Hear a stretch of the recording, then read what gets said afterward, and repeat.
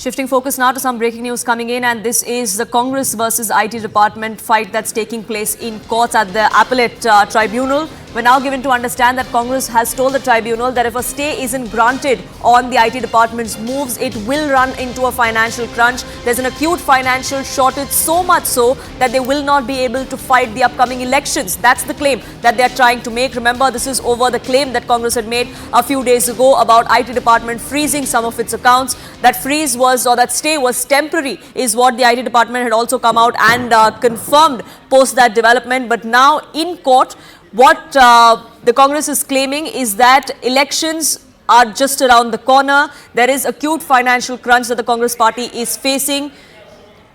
Not sure how many seats we'll be able to contest out of 543 if this chokehold on our finances is not lifted, is the appeal that the Congress party is making in front of this tribunal.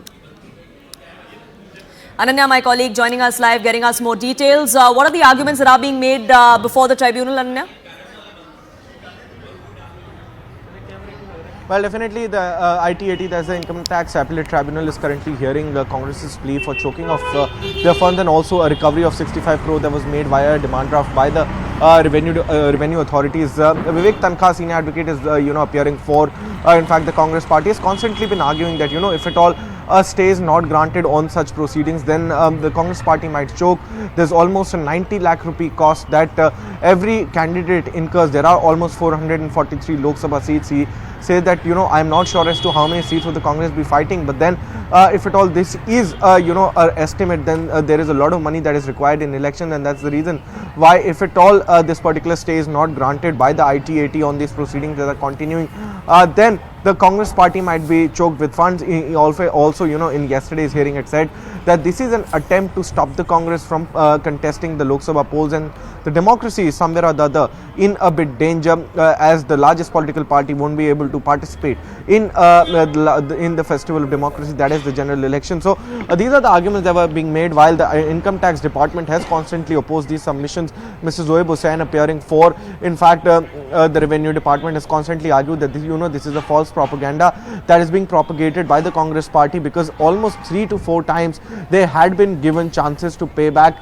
the dues of income tax. However, they did not resort to paying back those dues, and now finally, when the Income Tax Department has begun these proceedings, they are actually crying foul before, in fact, the ITAT and in the general public as well. So how much of it does it play up whether or not a stay is granted to the Congress party and relief is granted to them or not is something that we'll have to wait and watch for. Second day is the second day of the hearing. Mr. Vivek Tanka continuously arguing, following which Mr. Zoeb Hussain, who will be appearing for the Revenue Department, would also be putting forth his submissions. We'll have to wait and watch as to how things pan out. But definitely the Congress saying that it is almost going to face a big financial crunch if at all a stay is not granted by the ITAT.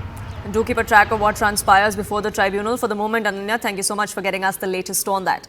It's time for a quick break here on this edition, but news and updates will continue on CNN News 18. Don't go anywhere.